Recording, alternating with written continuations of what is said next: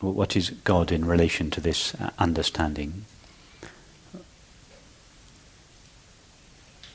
Once the separate self, once thought has abstracted the knower and the known, the seer and the seen, the experiencer and the experienced. In other words, once thought has overlooked this knowing which pervades all experience and has said, no, this knowing doesn't pervade all of experience, it just pervades this little corner of experience.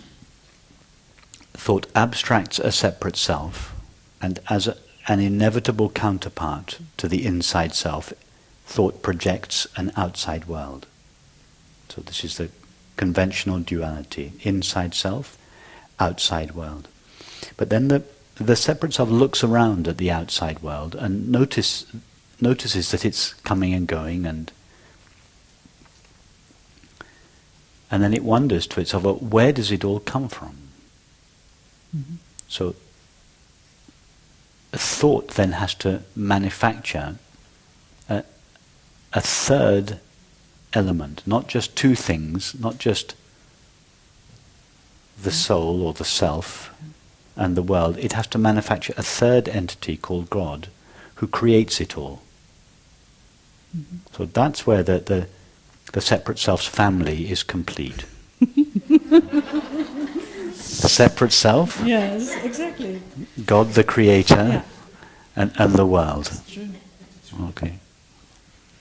So, but that creator God, the separate self imagines that God in its own likeness. Now, in its own likeness doesn't mean looking like a physical body. It means as an inevitable counterpart or a corollary to the separate self. So that I am an inside self and God is out there and up there. So it's in just the same way that the outside world is an inevitable counterpart to the inside self. So the distant separate God is a reflection of the belief in being a separate self. It's not really what God is. It's just God from the illusory point of view of a separate self. What is really meant by spirit or God is divine, eternal awareness. But thought, having overlooked awareness, has to account for all these apparent objects and world in another way. So it manufactures a God distant from ourselves, separate from ourselves. But actually, what is truly meant by God or spirit is divine awareness, infinite awareness. Just the consciousness I am. I am. That is, before Abraham was, I am.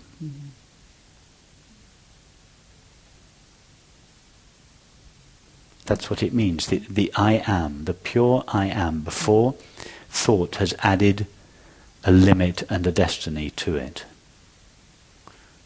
That is what is meant by God.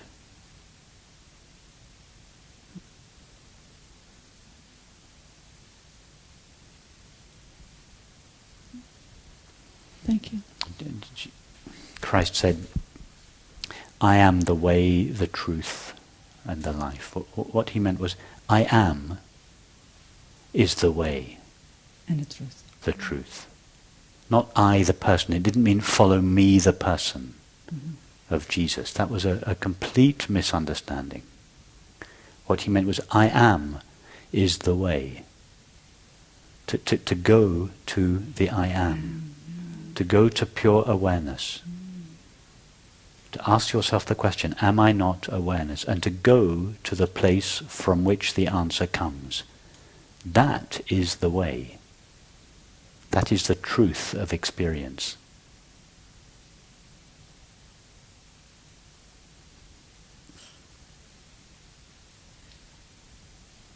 That is what is truly referred to as God or Spirit.